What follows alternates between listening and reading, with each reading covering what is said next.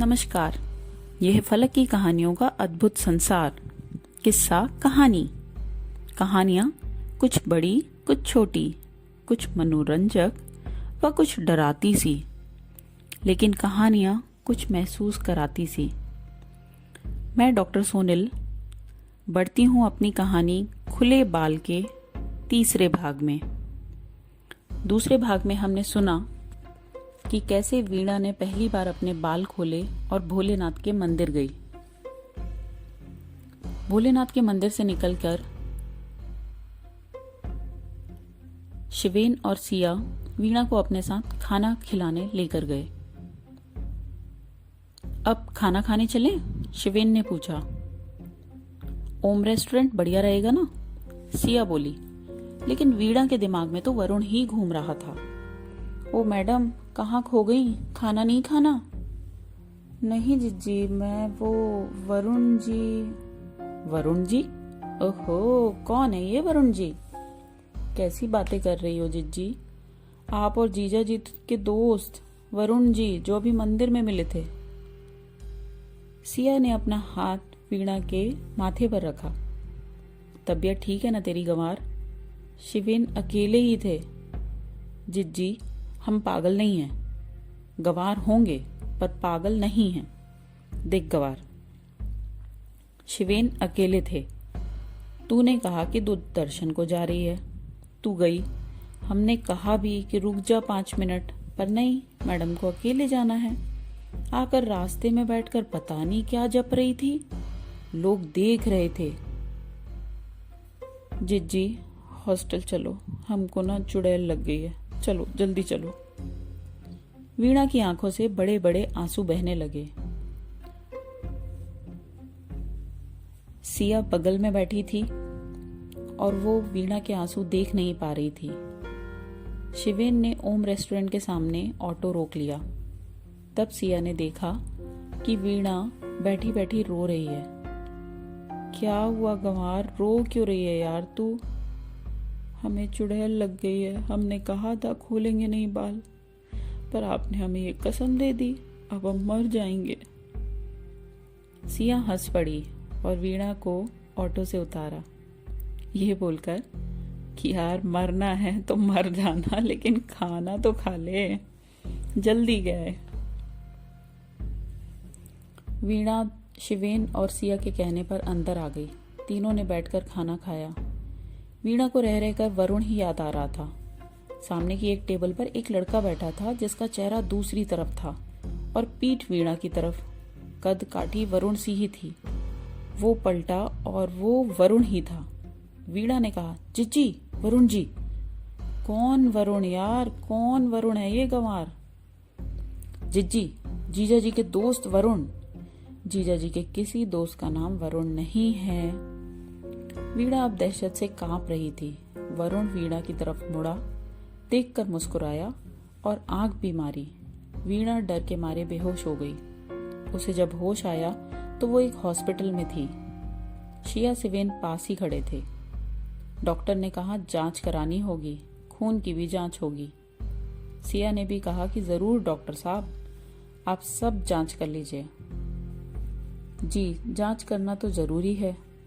खून में चुड़ैल है या नहीं पता तो लगाना पड़ेगा। क्या कहा डॉक्टर साहब? चुड़ैल? नहीं डॉक्टर साहब, हमको बचा लीजिए। हम आज के बाद कभी भी बाल नहीं खोलेंगे। हम अपनी माँ की कसम खाते हैं। हमको बचा लीजिए डॉक्टर साहब। डॉक्टर ने सिया, शिवेन और एक नर्स की मदद से वीणा को नींद का इंजेक्शन लगाया। वीणा नींद के आगोश में खो गई। वीणा नींद के आगोश में कितनी देर थी वो भी नहीं जानती, पर उसके साथ तब तक क्या क्या हो चुका था ये जानने वाली सिर्फ एक ही शख्स थी, और वो थी सिया जिज्जी। वीणा को बीमार बताकर सिया ने शिवेन के साथ ही रात बिताई। सुबह जब वीणा ने हॉस्पिटल में आंखें खोली तो उसके बिस्तर के पास ही एक गुलाब रखा था। सुंदर से गुलाब को देखकर वीणा के चेहरे पर मुस्कान आ गई, लेकिन जैसे ही उसे एहसास हुआ कि उसके बाल अब भी खुले हैं, वो फिर डर के आगोश में आ गई। फटाफट उसने जूड़ा बनाया और सिया की राह देखती रही। मोबाइल नहीं था वीणा के पास। अपने बिस्तर से उठकर वीणा खिड़की तक गई उसने वहां से नीचे देखा तो सिया वरुण से ही बातें कर रही थी। कल कह रही थी जानती नहीं है वरुण जी को, अब देखो फिर बतिया रही हैं। हम समझ गए, हमको उल्लू बना रही हैं। ठीक है, अब हम भी नहीं बनेंगे उल्लू। सिया कमरे में आई। उसने आते ही वीणा से पूछा, क्यों गवार, ठीक है या नहीं? हम ठीक है जिज्जी। रात कैसी बीती? आप यहाँ नहीं थी हमारे पास? नहीं। अच्छा, हमें नहीं पता जिज्जी, हमको कुछ याद नहीं है। हम तो सोचे आप यहीं होंगी। नहीं यार, वो शिवेन की तबीयत भी कुछ ठीक नहीं थी तो मैं उसके पास थी। जिज्जी, हम सारी रात यहाँ अकेले पड़े थे? पता नहीं, मैं तो तुझसे पूछ कर गई थी। देख तेरी और मेरी फोटो। वीणा खुले बालों में लगा वही गुलाब। बहुत अच्छी तस्वीर है जिज्जी। पता है। सुनना, तू मैडम को कहेगी कि मैं तेरे साथ रुकी थी। जिज्जी, पहले आप बाल खुलवाई और अब आप झूठ बुलवाएंगी। जो बोलने बोला है कर देना, समझी? हॉस्पिटल से निकलकर दोनों हॉस्टल आ गईं। वीणा के बाल बंध गए थे। हॉस्टल आते ही वो बदबूदार तेल भी भर गया था बालों में, लेकिन अब भी वीणा, वरुण और वो मरा कौआ नहीं भूली थी। रात प्रेयर में जाते वक्त सिया दौड़ती वीणा के कमरे में आई और एक थैला पकड़ा गई। अंदर रख इसको। क्या है जिज्जी, बड़ा भारी है? रख दे चुपचाप, बाद में बताती हूँ। प्रेयर और अटेंडेंस के बाद सिया और वीणा को मैडम ने रुकने को कहा। सभी चले गए अपने रूम और फ्लोर पर। वीणा को डर लग रहा था, उसे मैडम ने क्यों रोका? तुम दोनों इधर आओ जरा। मैडम ने दोनों को आवाज लगाकर कमरे में बुला लिया। सिया, वीणा, तुम दोनों कल। वीणा ने मैडम की बात को बीच में ही काट दिया और बोली, मैडम जिज्जी हमारे साथ ही थी, हम हॉस्पिटल में भर्ती थे। तुम्हें क्या हुआ वीणा, क्या हुआ था? मैडम हमको कुछ भी नहीं, वो कल हम दोनों प्रेयर और रात में आ नहीं पाए थे। मैडम ये गवार पागल हो गई है, कल भी इसे ऐसे ही किसी भी वरुण की बातें कर रही थी। मैं नहीं जानती कौन सा हॉस्पिटल, मैं तो कल प्रेयर में और अटेंडेंस में भी थी आपके सामने। वीणा को काटो तो खून जैसी हालत नहीं। ये क्या कह रही हैं जिज्जी? इन्होंने ही तो कहा था कि ऐसा कहना। गवार हूं पर इतनी भी नहीं हूं जिज्जी। देख बेटा, मुझे समझ आ रही है तेरी दिक्कत। यहाँ रोज सबको डराती है, खुले बाल, चुड़ैल और भी न जाने क्या क्या। आज प्रेयर से वापस आकर वीणा का मन नहीं माना और वो पहुंच गई अपनी जिज्जी के कमरे में। चीखती सी वीणा बोली, मैंने आपका कुछ बिगाड़ा है क्या? क्यों मुझ संग ऐसा बर्ताव है आपका? सिया बिन कुछ कहे ही चुपचाप रूम से बाहर आ गई। सिया वीणा के कमरे में जाने लगी। वीणा भी पीछे पीछे आ गई। कहाँ है वो? कौन? मेरा थैला। उसमें है क्या, पहले बताइए आप। वीणा देख, तू बस आराम से रह, मेरे काम में मत पड़। जिज्जी हूं ना तेरी, तुझे नुकसान नहीं पहुंचाऊंगी। तू नहीं जानती वार्डन मैडम को, पर मैं जानती हूँ। मैंने जो भी किया वो करना जरूरी था तेरे और मेरे लिए। कैसे जिज्जी, हमको समझाइए ना, हम भी तो जानना चाहती हूँ ना वार्डन मैडम को। आज आपको बताना होगा, वरना आपका वो थैला जो है ना, हम मैडम को देकर आ जाएंगे। ओहो, जरा सी चीटी के पर निकल आए हैं। चलो चलो साथ में चलती हूँ, बताना मैडम को कि ये थैला मेरा है और तुम्हारे कमरे में रहता है। और सुनो, मैडम मान जाएंगी, सच में सच बोल रही हूँ। सिया का इस तरह हंसना वीणा को ठीक नहीं लगा। उसे समझ नहीं आ रहा था कि अचानक उसकी जिज्जी में बदलाव क्यों है। यह सिया पागलों की तरह वीणा के सामान में अपना सामान खोज रही थी, लेकिन जब उसे थैला नहीं मिला तो उसका पारा चढ़ गया। सीधी तरह बता दे गवार, मेरा सामान कहाँ है? जिज्जी आप जाइए, मैं आपको कुछ नहीं दूंगी।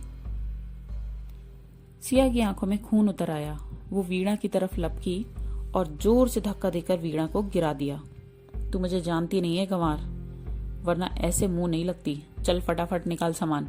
वरना तेरे बाल खोलने की बात तेरे घर तक पहुंचाती हूँ अभी के अभी। नहीं नहीं जीजी, ऐसा अनर्थ मत करना। घर पर नहीं, मेरी माँ नहीं, हम अभी दे देते हैं।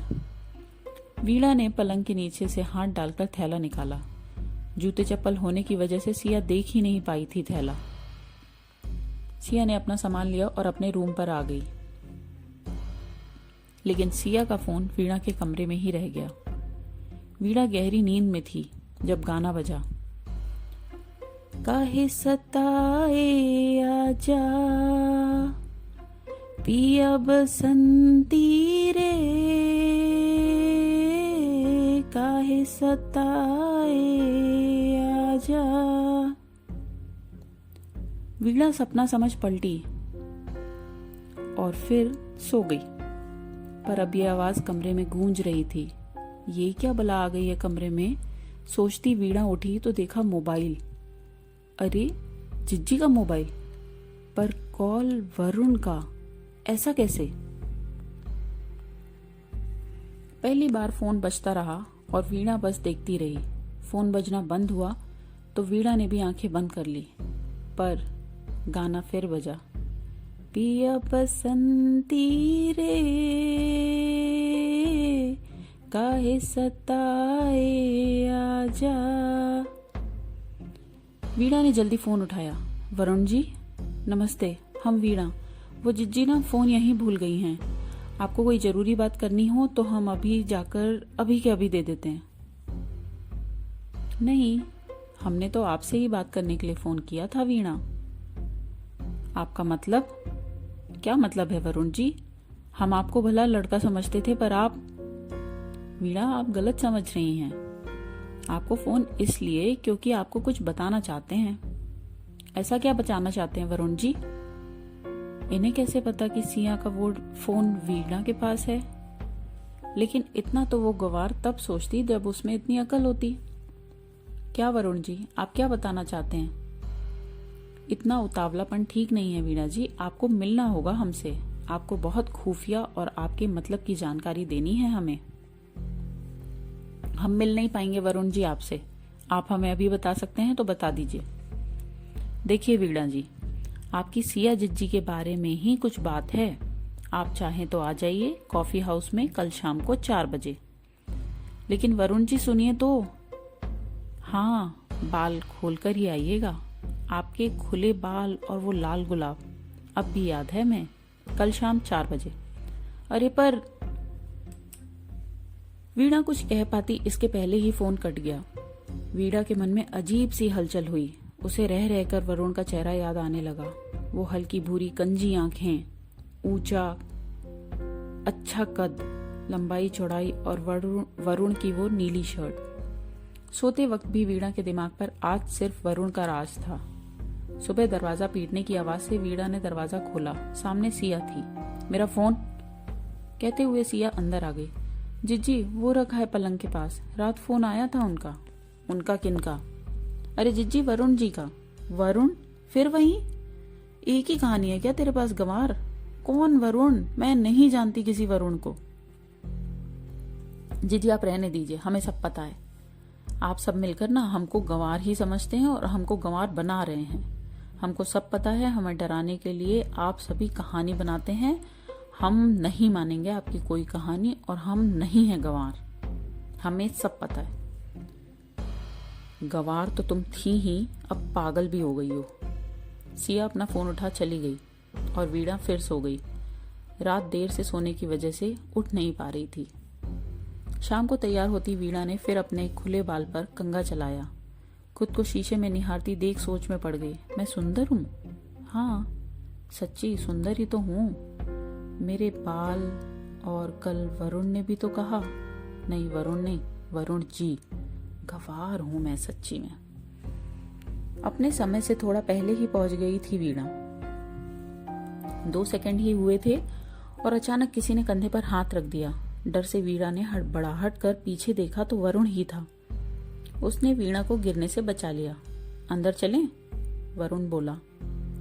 जी वरुण जी बताइए क्या बात है, चलिए अंदर जल्दी। आज वरुण ने सिया की जो बातें वीणा को बताई वो वीणा के लिए हजम ना होने वाली थी। सिया ड्रग्स लेती है, ड्रिंक करती है, और तो और वरुण ने ये तक कह दिया कि सिया प्रोस्टिट्यूशन में भी इन्वॉल्व है। इतना सुनते ही वीणा झट से उठ खड़ी हुई। गुस्से से घूरती वीणा ने वरुण से कहा, अपनी बकवास बातें ना अपने पास रखिए, हमको कुछ नहीं सुनना, और हम अपनी जिज्जी के लिए कुछ नहीं सुन सकते।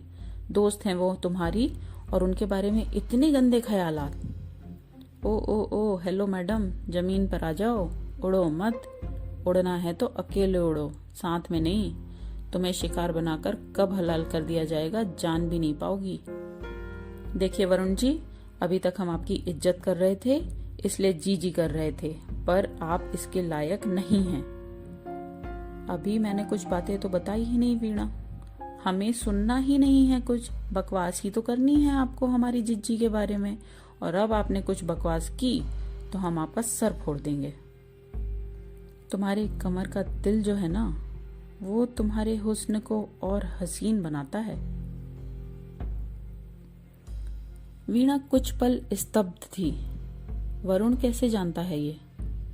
क्या जिज्जी ने उस दिन? नहीं, ये वरुण झूठ कह रहा है। आज ही पूछती हूँ जिज्जी से। लेकिन इसे मेरे शरीर पर तिल की जानकारी कैसे? वीणा के दिमाग में घंटियां बज रही थीं। वो अपनी जगह से हिल नहीं पा रही थी। ऐसा कैसे हो सकता है कि कल का मिला लड़का मेरे इतने निजी अंग पर एक निशान को जानता है? क्या जिज्जी के बारे में ये जो कह रहा है सही है? मैं कैसे इस पर विश्वास करूं? अगर 8 महीने से जानने वाली जिज्जी ही विश्वास के काबिल नहीं, तो ये, हे भोलेनाथ मदद कर, मेरे भोलेनाथ मेरी मदद कर। ये कैसी विडंबना में फंसा दिया है मुझे। मैं तो पहले ही सही थी अपने गांव में। वीणा बैठ जाओ, जो कह रहा हूं उसे सुनो पहले।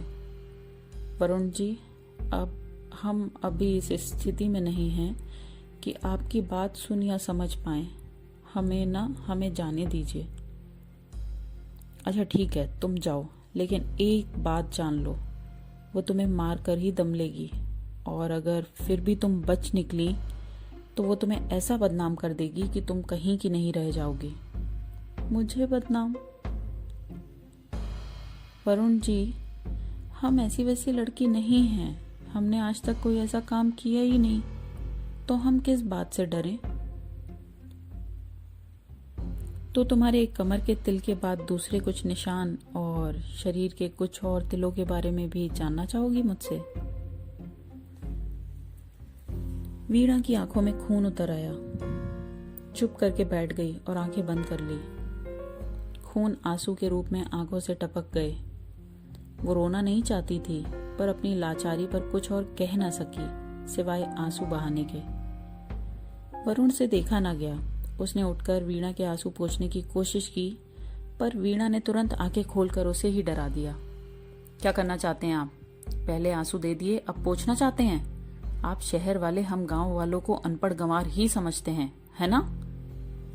वीणा, मैं भी एक गांव से हूँ। तुम्हारा ये सोचना गलत है। अधिकांश लड़कियों के साथ यही होता आया है। मैंने तुम्हारे संग जो वक्त बिताया, उससे लगा कि तुम कुछ अलग हो। तुम्हें इन चक्करों में से निकालने के लिए ही तुम्हें यहाँ बुलाया है। हम उन्हें बड़ी बहन के समान मानते हैं वरुण जी, पर तुम उसके लिए छोटी बहन के समान नहीं, बल्कि एक समान हो। वीणा बातों की गहराई समझती उससे पहले ही वरुण का फोन बज उठा। वरुण फोन लेकर बाहर निकल आया और वीणा अपनी सोच में खो गई कि किस तरह जिज्जी ने उसे रैगिंग से बचा लिया था। सबके सामने डांटने का नाटक करती सिया ने ही तो वीणा को ये सुझाया था कि 2 कपड़ों में भी कैसे आया जा सकता है। कैसे उन्होंने सबके सामने गुस्सा करते डांटते हर बार वीणा को अलग कर लिया था। लेकिन एक बात जो उसे समझ नहीं आ रही थी, वो यही कि जिज्जी वरुण का होना उससे क्यों छिपा रही थी। क्या वाकई वरुण नहीं है? वरुण से उनका कोई रिश्ता है या नहीं? क्यों वो इस रिश्ते को बताती नहीं है? क्या राज है इन दोनों के बीच? पता लगाना होगा वीणा। मन में सोचती वीणा के सामने कब वरुण आकर बैठ गया वो नहीं जानती। मेरे और सिया के बीच का रिश्ता जानना चाहती हो? आप कब आए? कहो ना, रिश्ता जानना चाहती हो? जी वरुण जी। सिया जीजी हमसे कह देती हैं कि वो किसी वरुण को नहीं जानती हैं। वो ऐसा क्यों कहती हैं? क्योंकि वो तुम्हें डराना चाहती है। वो चाहती है कि तुम डरती रहो वरुण नाम के भूत से। वो चाहती है कि वो और शिवेन मिलकर तुम्हें बेवकूफ बनाते रहें मेरे नाम पर। तुम बताओ, क्या उस दिन शिवेन ने मुझे देखा था या हामी भरी थी कि कोई और लड़का था या है? नहीं वरुण जी, उन्होंने भी कहा कि मैं अकेली ही मंदिर चली गई। अब समझ रही हूँ कि आपको वो दोनों नहीं देख सकते या नहीं जानते। ये तो दोनों की मिली भगत होगी। अब तुम्हें समझ आ रहा है? देर मत करो वीणा, सिया ठीक लड़की नहीं है। बहुत सी लड़कियां उसके चंगुल में फंसकर जान गंवा चुकी हैं। मेरी बात मानो और जाकर अपनी मैडम को सब बता दो। आप सही कह रहे हैं वरुण जी, हमें यही करना होगा, लेकिन हमें सही समय का इंतजार भी करना चाहिए। कोई सबूत, कोई गवाह, कैसे जाके मैडम को बोल दें हम? ठीक है वीणा। वरुण जी, क्या जिज्जी ने हमारी कोई ऐसी वैसी तस्वीर या मतलब कुछ गलत, मतलब हम पूछना चाहते हैं कि परेशान मत हो वीणा, मैं गलत नहीं होने दूंगा, विश्वास करो। बातें खत्म हुई और ढेर सारे प्रश्नों के साथ वीणा हॉस्टल आ गई। अब जिज्जी के सामने जाने का भी मन नहीं हो रहा था उसका। कैसी कैसी चमड़ी के लोग होते हैं भोलेनाथ, ऊपर कुछ अंदर कुछ और। वीणा देर तक भोलेनाथ से बातें करती बैठी रही, लेकिन तभी अचानक दरवाजा पीटने की आवाज आई और वीणा देखने उठी कि कौन आया है। दरवाजा खोलकर देखा तो मैडम के साथ बहुत सी लड़कियां जिज्जी का ही दरवाजा पीट रही थीं। लेकिन इस बात से वीणा को कोई फर्क नहीं पड़ा। कुछ हुआ होगा सोचकर फिर बैठ गई थी अपने कमरे की कुंडी लगाकर। सोच में डूबी वीणा के सामने जिज्जी ही थी। कैसी अजीबोगरीब स्थिति में हूं मैं। भरोसे लायक कौन है जिसे करीबी मानती रही अब तक, वही सबसे बड़ी धोखेबाज है। कैसी दुनिया है भोलेनाथ। हम जिज्जी के सामने कभी वरुण की बात मानेंगे ही नहीं, किसी ऐसे की जिसे कल तक जानती ही नहीं। तभी जोर से दरवाजा पिटने लगा। वीणा डर और सहम गई।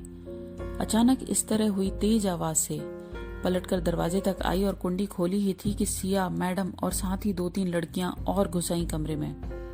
मैडम यही है जिसने मुझे वो थैला दिया था रखने को। मैं नहीं जानती थी कि ये लड़की ऐसी है। कल रात ही इसने मुझे आकर ये थैला दिया कि जिज्जी इसे रख लो अपने पास कुछ दिनों के लिए। क्या सिया सही कह रही है वीणा? मैडम, इस थैले को सिया जिज्जी ने ही हमें रखने दिया था। उन्होंने जब मांगा हमने दे दिया। सिया जिज्जी, बताइए ना सच, आप क्यों झूठ बोल रही हैं? मैडम, ये लड़की आधी पागल नहीं बल्कि पूरी पागल है। सिया, तुम सच कहो, मैं तुम्हें पहले से जानती हूँ, तुम पर विश्वास भी करती हूँ। तुम दोनों के झगड़े में मुझे नहीं पड़ना। मुझे सच्चाई बताओ कि ये सब इस हॉस्टल में हो क्या रहा है, क्या चल रहा है? वार्डन मैडम ने बहुत ही गुस्से में चिल्लाकर कहा। मैडम, ये क्या बताएंगी, हम आपको बताते हैं आज सारा सच। मुंह में जबान न रखने वाली वीणा आज बुलंद आवाज में बोल रही थी। ये 1 नंबर की चालू लड़की है मैडम। इनके इशारे पे नाचो तो सब सही है, लेकिन अगर इनकी बात नहीं मानो तो ये आपको धमकी देती हैं। कल मैंने इन्हें धमकी दी थी कि इनकी असलियत आपको बता दूंगी, तो ये आज हमें ही फंसाने चली आई हैं। सिया की आंखों में खून उतरता जा रहा था। वो बस घूर कर वीणा को देखे जा रही थी, पर वीणा एक सांस में अपनी बात खत्म करना चाह रही थी, इसलिए उसने चुप होना उचित नहीं समझा। मैडम, इनका जिस्म फरोशी का धंधा चलता है। भोली भाली हम जैसी लड़कियों को फंसा के काम कराती हैं।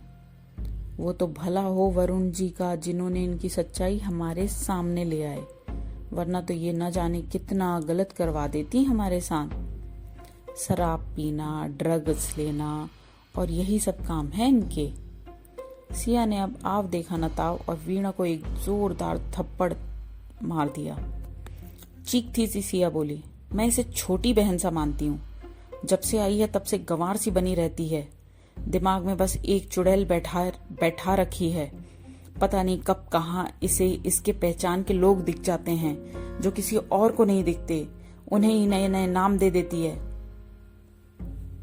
जिज्जी, हम पागल नहीं हैं, आप ना बकवास मत कीजिए। मैडम, कल रात भी मेरा फोन ले लिया इसने।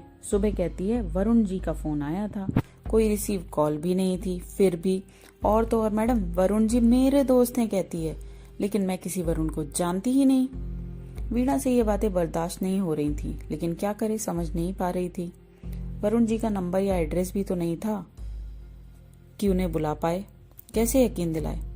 मैडम, इनसे कहिए बुलाइए। मैडम, इसे कहिए बुलाए उस लड़के को जिसने ये सब बातें इसके दिमाग में भरी हैं। पागल है ये और कुछ भी नहीं। दिन भर पागलों की तरह अपने अजीब से दोस्तों से, भोलेनाथ से बातें करती रहती है। ये पागलपन नहीं है तो और क्या है? मैडम बहुत असमंजस की स्थिति में थी। उनकी समझ से बाहर था सब। कौन सच बोल रहा है, कौन झूठ बोल रहा है। काश की हॉस्टल में तब सीसीटीवी होता। ये कहानी अभी इतनी ही। मिलेंगे इसके चौथे भाग में। आप सुन रहे थे अभी तक डॉक्टर सोनेल सिंह की लिखी कहानी, उनकी ही जुबानी, खुले बाल।